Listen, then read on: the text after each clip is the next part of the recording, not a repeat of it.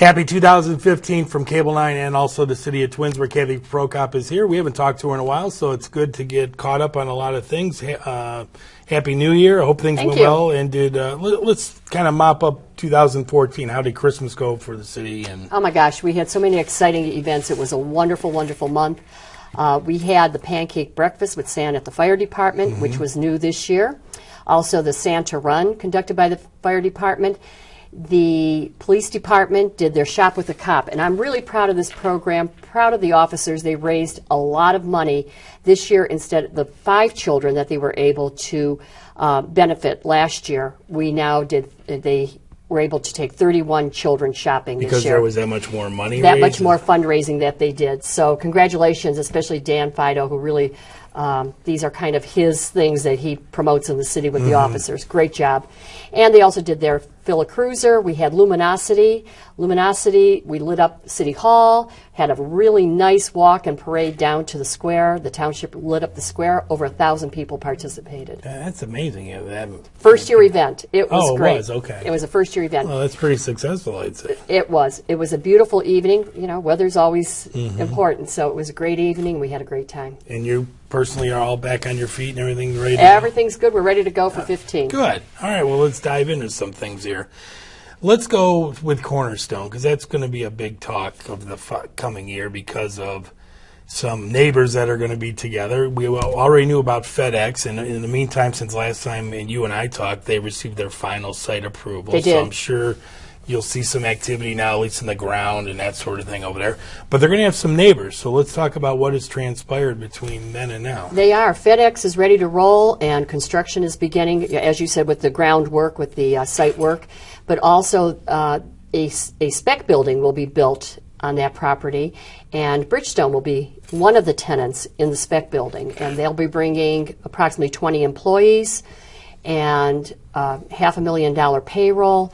They plan on increasing that to about 50 employees. We're thrilled to death that that space is filling up. That's along the same lines of FedEx. When you hear Bridgestone, that doesn't sound like something that may come and be gone. You know what I mean? It's good point. Yeah, these are well-known names, and they're investing in our community. Now, do you foresee? This is my thought, and I know nothing about this, and Larry Finch is your expert. But do you foresee when you start getting a couple of these solid tenants that are coming in and building there, that the dominoes may roll to where you're going to start sucking more people in because of the clientele that you're picking up there? I think so. These are first-class companies that are locating there, and the interest is picking up every day. It's a good time right now. The economy's interest rates are still low. It's a good time for businesses to be building or relocating. So hopefully, how often does I don't care about any nibbles or that sort of thing. How often does he hear from people inquiring about what do you have over there? You know, I see this is. Well, you know, we also deal with Team NEO, with the Summit County Department of Development. So there are always there's always information coming out about companies looking for things in the area. Okay. It's our responsibility and the property owners to follow up on those. We do. And so there are leads coming out constantly, but you have to find those that fit the property and what they're looking for, the area. And, you know, Don Cook, though, we had him in earlier and made a comment about how a lot of the other towns around him affect what happens in his city. Sure. He's talking along the lines of the Roxino, and I got to think going up your way would be this business park, that sort of thing. Will you benefit from one of the things he's mentioned, too, is the final phase of Route 82, widening that? Will that benefit you in the same vein as what he's talking about? I'm always happy to see infrastructure improvements in our town, the surrounding towns. Most of what's going on at Cornerstone will go straight to the freeways. Okay. So I imagine they'll be going down Route 82 to the east to get right onto 480. Some of it going over to Route 8. I don't think a lot of it will be on Route 82, but certainly the daytime traffic with employees. Right. Trucking, not so much, but with employees coming in, we will have a lot more of that. We'll see a lot more safety car traffic. Services, anything along Definitely. those So those improvements, I'm thrilled to hear that they're able to achieve. But it does spill over in each community. Good. Let's talk about these cell towers. Now, I'm not talking about these giant cell towers that people are used to seeing, but you have about 5 mini towers, so to speak, that have popped up what exactly do they do, and how does this affect you guys? Well, several of these are going to be in our industrial area. Okay. Excuse me, a couple in our residential areas, especially around the school, library, and the government center. These are going to help us pick up speed. We won't have as much, hopefully, dropped calls that we get in those areas.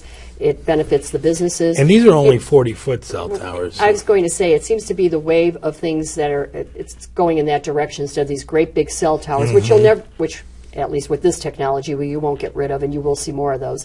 But these smaller mini towers are popping up everywhere, and it's more localized and gives better service in that area. And do you have more control over something like that when they're... You know, they put it in our right-of-way. We really don't. We were able to change the type of pole that we're getting, the color, and some of the locations. They worked with us. And they work with you, but in the end, they're coming in. Right. But they're still, for the most part, in areas that isn't going to be somebody's backyard eyesore. Right. These are basically in city right-of-way, or I believe that the one up by the schools is kind of a area right next to the schools, but again, in city property. Okay. Let me talk about, we're going back to November now. We had an election, and almost everything passed, but one thing that didn't pass once again was this mayor primary, and I don't understand how this doesn't get overturned, but it doesn't. This brings up a good point in that we're going to be talking now in January about something that's not till May, but there's a deadline. And a lot of the, quote, normal folks at home may not realize that if you're interested in running for something, you got to get off your tail and get ready to do it now. It's the one thing I don't like about the primary. It's going to be on May 5th, and right now it's under the radar. People don't realize that this is the time, if you want to run for the position of mayor, that you need to take out a petition at the Summit County Board of Elections. You have to have those petitions signed, and they have to be returned to the Board of Elections by February 19th. And really, there's nothing out there calling attention to this. No. People don't expect it at this time of year. During the summer, they're getting ready for the general, maybe start thinking about it. And, you know, I've discussed this with a lot of people, and they say, hey, if somebody wants to run for mayor, they're going to figure out how and when to do it, which I guess is true. But nevertheless, it doesn't get out there to the broader community. Right. But the point is, if you want to run for that position, you have to file by February 19th, and the election, the primary election, will be on May 5th. Okay. And, well, of course, you'll still be around then. We'll keep it I track will of that. be. Even though for once you won't be running. So we'll see how that goes this year.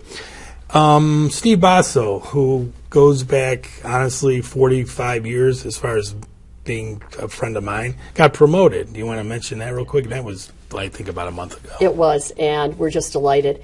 Steve Basso is now the assistant chief for the fire department. He's been with I can't even tell you how many years, but a long time in the fire department at the city of Twinsburg, and has worked his way up through the ranks. He's just a very enthusiastic person. I like him as an individual. He took that CERT team, developed it in the city of Twinsburg. It's up, it's running. We now have many, many residents involved in this emergency response team that he put together. In that position, and I know in Twinsburg and a lot of other places, an assistant chief is a very important position along the fire department, and I know it is in your town. It is. As you know, we also have an assistant chief in the police department now, Bob Gonjeski. And these two positions are important. Our chiefs cannot be with us every day of the year, 365 days a year, 24 hours a day. So a lot of those duties are split up. If the chief's out of town, the assistant chief is there. It's just always good to have somebody in command. Right. And both of these individuals are just stellar. I enjoy working with them, and proud of both of them for being promoted to those positions. And we'll stay on the idea of people right now. I got two other people I want to bring up. One is Dan Beata. Yes, Tell us about him. Well, Dan is in our Excuse me. Thank you. bless you, in our police department, and he was just named to the Summit Metro Crash Response Team. He is the assistant commander. So again, another prestigious position filled by one of our Twinsburg safety forces. And Dan, again, he started his career as a police officer. Well, he even worked for the city before he was a police officer. So he worked his way up through the ranks, and we're proud of him. And the other nice thing, when you do land a position like this, there you have an immediate contact with the county for for both ways. For anything that you may need down the road, there's a way in, and also things that are available that you may not hear about. He will, because he has a tie with the county. That's true, and also the amount of training that they receive when they're parts of these teams. And he brings that information, that knowledge back to the city, can use it for our own crash investigations. And I just want to congratulate him. It's a job well done on his part. And 1/3 congratulation goes to the Chamber of Commerce Person of the Year. We'll mention that, who's running on, well, if you're watching news this week, he's on our news this week. Tim Edgington, Edward Jones. And I've known Tim since he opened shop here in the city of Twinsburg. One of the best things about Tim, and I think most notable, is he just jumped right into the community. It was amazing. Got involved in the chamber, the Rotary, volunteers for activities, and not just to build his business. I really think his heart is in the city of Twinsburg. Nice young man, great family, and congratulations to him also. So Tim, Dan, and Steve, congratulations from the city and also from Cable 9 to get the word out on some good people doing things there. Let's move on now to, let's go to finances. We got time. You pretty much have the budget worked out, or Just yes. you have receipts figured out for the year. Let's talk about where you sit as far as, are you pretty much on target where you wanted to be? Well, we did better than I anticipated. good. We predicted that we would bring in about $20 million in income tax revenue, and we brought in $22.8 million. Nice. So that's better than what we estimated. But nevertheless, because of the reduction in the income tax from 2.25% That's to right. 2%, we are down 8.7% in income tax from the previous year. Okay. The previous year we brought in a little over $25 million. This year, $22.8. But again, it's a big, how much did that chunk work out to usually for the 3 years that it was in effect, dollar-wise? Oh, about $3 million. $3 million? Okay. Right. Okay. And so we were able to, bring in some additional business, which covered some of that. And again, I really expected that we were going to be down about 16%, 16%. We're down about a little over 8%. And when you go and you examine the books as far as how each department had a certain figure that they were supposed to work with, did everyone pretty much come in at those figures? Or? They really did, and our expenses were under our revenues. So that's where you really want to keep track of what's going on. Did a great job there. And as you just mentioned, we approved our temporary appropriations for our budget. Okay. Our final budget will be approved in March. But those figures are looking good also. Our general fund budget, which is the important one because that's our salaries, our wages, right. and benefits, that is only up 1%. Oh, good. So nice job there on the part of everybody, our finance director, department heads. And the overall budget, right now we're looking at about 7 or 8%. What's your capital budget look like for the coming year? Capital budget, well, we've done something interesting. We have taken all of our roads out of our capital budget, and they are now in their own capital fund. Nice. We're looking for a way to separate just capital purchases out, like equipment and trucks and things like that. We separated those into our 82 fund, which is capital, and now we've moved our others into street construction, maintenance, and repair, and a capital fund. So now we can really keep track of our infrastructure investment. Which sounds like a much more organized way of doing that. I think so. It's just a different philosophy. Sometimes council wants to see everything together, how much we're spending total on capital, and our finance director recommended that we split it out so we can see exactly what our infrastructure costs are separate from our Well, you other can counts. figure out trends and that sort of thing then Absolutely. as years go by.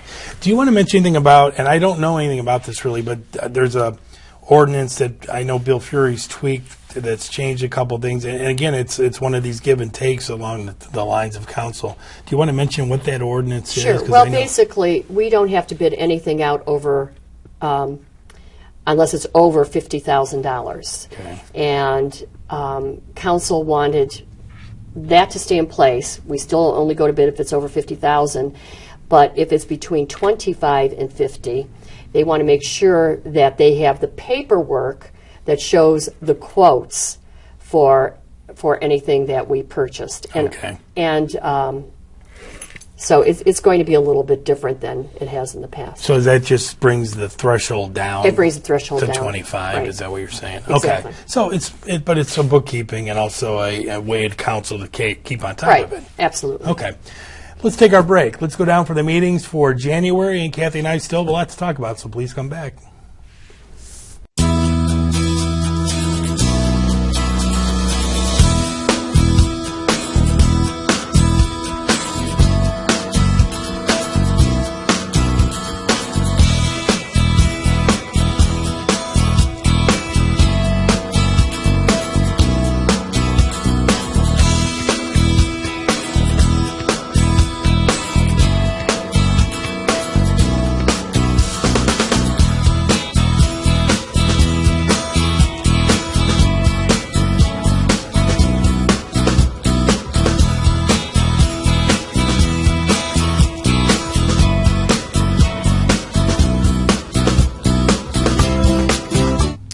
Talking about lots of good things going on in Twinsburg, and these are some new items that I'll get to now. Let's begin with sound barrier wall type deals on the interstate. You want to bring that up? Boy, this is something that the residents along 480 in some of our neighborhoods have wanted for a long, long time. And we're not getting anywhere with ODOT for years about putting these noise walls in. They did studies several times, and sometimes we didn't qualify, other times we qualified, they didn't have the money. But it looks like everything is finally coming together. Okay. So there are 3 locations along 480 that back up to our neighborhoods that ODOT is now considering for noise walls, and that would be at their cost. So we are pretty confident that this is going to go through. We have a couple steps that we have to go through. ODOT has to be assured that 50% of the residents in the area would be for it and would benefit from it. So we are in the process now of sending out petitions to those 3 different neighborhoods, and hopefully those petitions will come back. We'll have the right numbers. We'll submit that information to ODOT. Then they'll start the public hearing, the public comment portion of the project. It'll be a couple years. You know how long it takes. Yeah, exactly. Let me ask you though, because I don't know which 3 neighborhoods you're talking about. You do, which you can answer this then. And one of the complaints is, boy, some of those sound walls are ugly as hell. But if you're staring at 480, who the hell cares? Who wants to look at cars? So are these in neighborhoods where it's not going to impede any decent-looking woods or anything along those lines? No, really, you're right. Most of those views look right out onto the freeway. In fact, at one point, and they work, because I've been by them over in Northfield Center where they're located, right, and you really can't hear the traffic over where it makes a big difference. Yeah. 15, 20 years ago, I know that ODOT planted trees in some of these locations. And they died, and if you don't take care of them, you don't water them. So that's what happens, right? Yeah, they really don't work out very well. So for a long-term solution, the noise walls, that's the way to go. And again, the residents will have the opportunity to weigh in both at public hearing I would say we have public hearings. And on the also, petition, yeah. They can make public comment there too. But at least it appears that they're going to be in the position to make that decision finally. Right. We've had enough comment over the years and inquiry from the residents in these areas saying, can't you get them and when can it be done? I believe that most people will want that. Okay. I happened to stumble across your council meeting, and it was during the public portion of people coming up, and I had read about there was a price tag attached to Glen Willow Trail way back when, I forget what it was, that has gone significantly higher since then. And some of the residents, of course, we don't think we should spend that kind of money on a trail that only a few people use. Can you delve into why that price tag jumped so high? And then you're talking about some areas I hadn't even thought of as far as stormwater and that sort of thing. Do you want to mention that? Well, first of all, the project is a joint project between Glen Willow and the city of Twinsburg. Any costs that we have will be split between the two cities. Towns, right. But we really believe that between 2 counties and 2 different planning agencies, NEFCO and AMATS, that we will be able to, NOACA and AMATS, we will be able to get enough funding to cover almost 100% of this project. And the reason being that the price tag went up. And it went, do you remember what it was, a $400,000? It was about $500,000. Okay, and now it's where? It could be anywhere 1.2 to 1.5 million. But the biggest reason is there is an area where we have residents, Twinsburg residents, who are losing portions of the land right next to their backyards, and some of it even their backyards. Erosion issues from Tinkers Creek. And we have tried to get money in the past, but there's never been any money available because there's no project associated with it, and it only benefits those residents. So none of the agencies will give us money for it. Now that there's a project that would benefit many people using a bike path, they're willing to consider Okay. giving us money to solve those erosion problems for those residents Okay. because it's associated with a bike path that would benefit a lot of people. Now, if I'm a Glen Willow resident, am I having erosion problems over there? And why would I want to vote for this if it's only going to affect the people in Well- Twinsburg that are having erosion problems? The costs will be divided according to the project and in Okay. what locality it So they'll sits break in. it down then. Right. So Okay. the AMATs, because the erosion problems in the city of Twinsburg, would have to fund more money Okay. then. So Okay. that's how it would work out.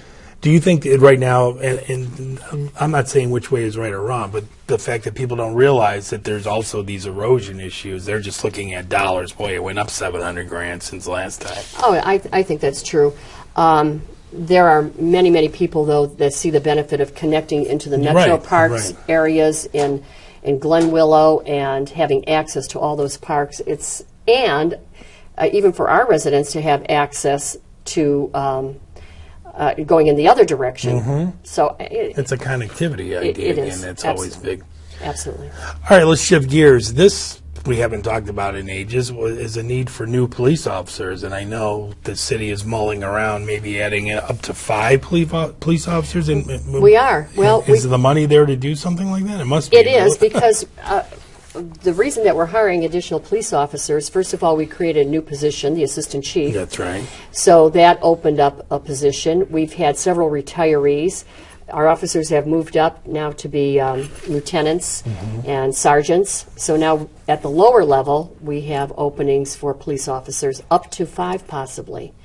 Is that something you hope to accomplish all 5 in the coming year, or I is it definitely would something- like that to be accomplished in the coming year. Having boots out there on the ground is important to have that coverage. Are in the you city. are you below levels that maybe you were before the recession hits? So it's Oh, before the recession, we're about right where Back we to were. where you were. Yes. So this- with these 5, we will be. okay. So really, this just gets you back to It gets us back. pre-recession. Now, what is the process if somebody's interested? Well, our civil service has already authorized the test. So first, our Civil Service Commission has to authorize the test, and that will be on February 8th at 1 o'clock at Dodge. Okay.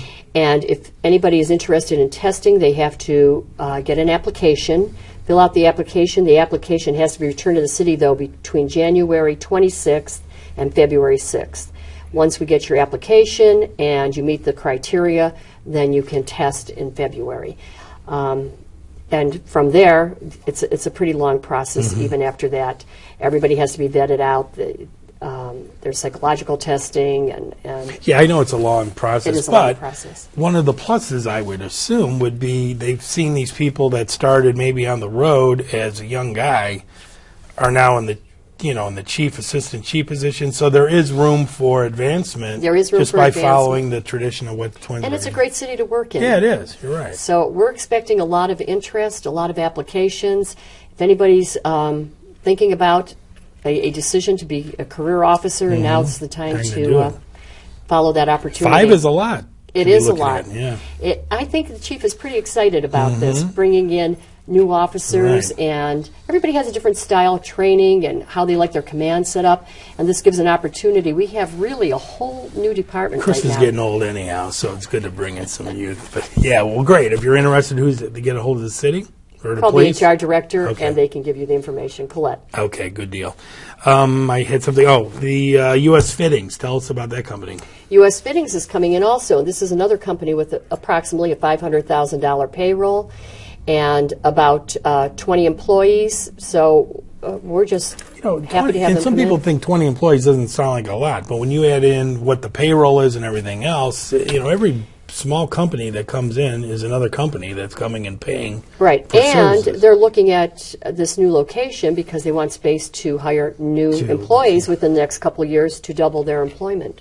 So, definitely, we're thrilled. Good. Let's get an update.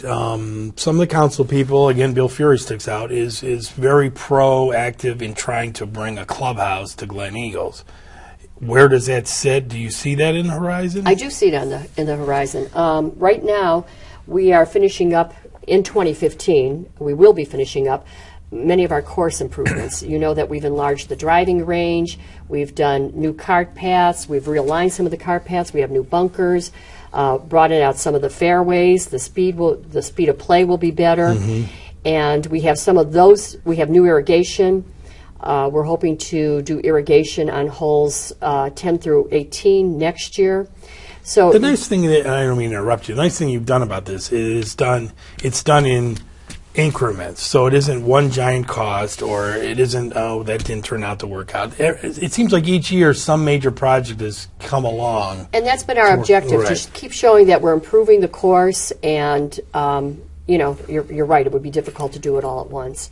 So the course is going to be in great shape for this coming year. Okay. Very excited about that.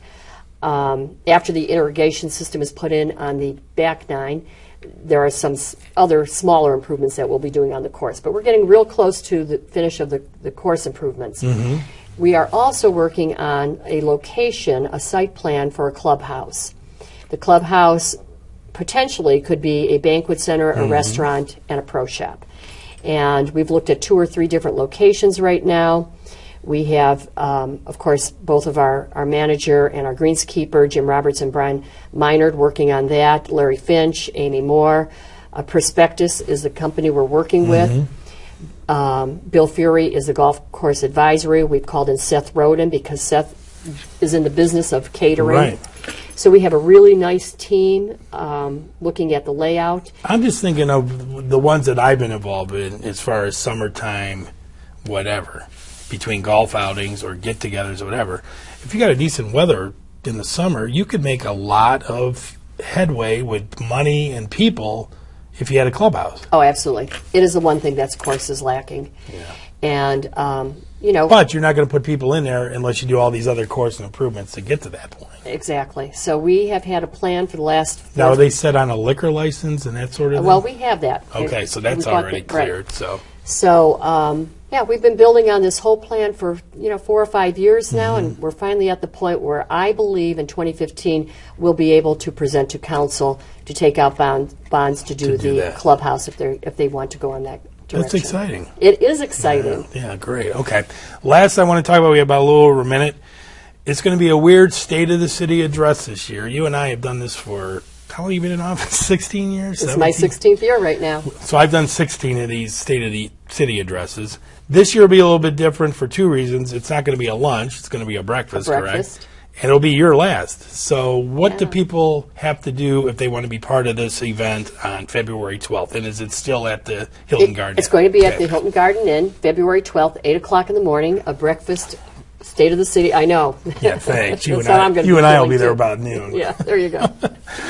And just go to the Chamber website or call the Chamber of Commerce, Twinsburg Chamber of Commerce, obviously, and get your reservations in. I'm really looking forward to it. You're right. It's my last State of the City address. I can hardly believe But it. it'd be nice to go out talking about the things we're talking about, all the positive things that may be coming, and the fact that we're not talking about 2008 where all kinds of cuts had to be made. And, Oh, this and is a lot more fun than Yeah, 2008 exactly. was, believe me. So again, call the Chamber of Commerce? Yes. Okay. And the date again, 8 a.m. on, is that a Thursday? Thursday. Thursday, February 12th, her last State of the City Yeah. address. I will be there, so come say hello. Thanks for coming back. Thank Happy you. New Year. Happy We'll New see you Year. in February. Good.